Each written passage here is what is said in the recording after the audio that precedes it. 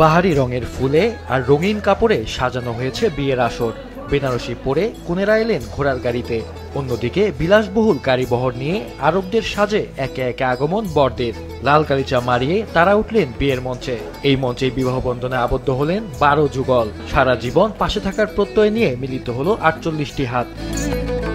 বিয়ে আপনার, খরচ আমাদের, এই স্লোগানে শনিবার রংপুর নগরীর একটি কমিউনিটি সেন্টারে অনুষ্ঠিত হয় এই বিয়ে।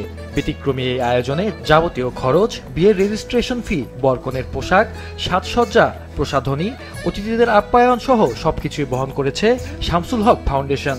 শর্ত শুধু একটাই, নেওয়া যাবে না কোনো যৌতুক, চাওয়া যাবে না অতিরিক্ত কাবিন। এমন আয়োজনের সঙ্গী হতে পেরে উচ্ছ্বসিত আমন্ত্রিত অতিথিরা। অনুভূতি খুবই ভালো। এইরকম মহৎ একটা উদ্যোগ নিয়েছেন তারা, রংপুরে এই প্রথম এটা হলো। 12 যুগের কাছ থেকে শিক্ষা নেব, যেন আজকে প্রত্যেকটা লোক জানুক যে আমরা যৌতুক নেওয়া হারাম। বিয়ের আয়োজনের দায়িত্বে ছিলেন বর ও কনে পক্ষের পরিবারের সদস্য ও আত্মীয় স্বজনরা।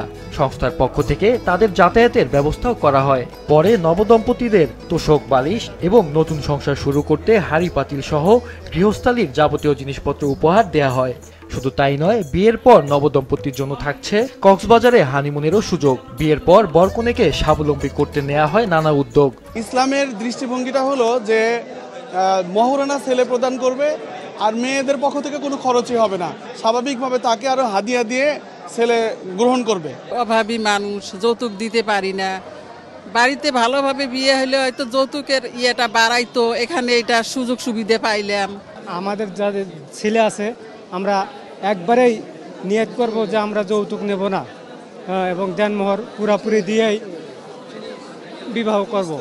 আলহাজ শামসুল হক ফাউন্ডেশনে অনলাইন করছিল, তাতে ইনশাল্লাহ টিকে গেছে। আমার মেয়ে ওনার সাথে বিবাহ দিলাম বিনা খরচে, কোনো যৌতুকবিহীন দেনমোহর নগদ বুঝিয়ে পায় বিয়ে দেওয়া হয়েছে। নবদম্পতিরা জানান তারা স্বপ্নেও ভাবেননি এত সুন্দর বিয়ের আয়োজন হবে।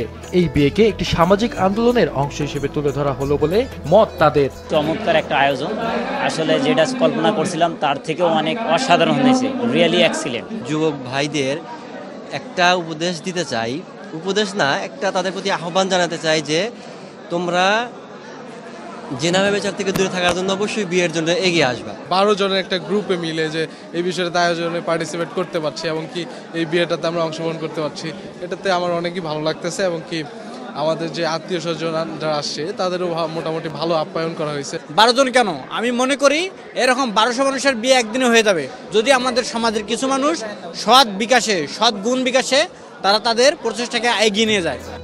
আলহাজ শামসুল হক ফাউন্ডেশনের চেয়ারম্যান জানান, আর্থিক সংকটের কারণে সামর্থ্য না থাকায় যারা বিয়ে করতে ও কন্যাদান করতে পারছেন না তাদের জন্যই এই উদ্যোগ। যৌতুককে ঘৃণা করি, সহজলভ্য মোহরানা আদায় করি। অর্থাৎ বাংলাদেশের মোহরানাটা ইসলামিক একটা সিস্টেম, বিয়ের জন্য মোহরানা আদায় করা অন্যতম একটা দায়িত্ব কাজ। সেই ইসলামিক সিস্টেমটাকে আমরা নিয়ে গিয়েছি লোক দেখানো একটা কাজের মধ্যে। আমরা বলছি কি 10 লাখ টাকা 20 লাখ টাকা মোহরানা, কিন্তু ওই যে আদায়ের বেলা 1 লাখ 2 লাখ বাকিগুলো আদায় নাই।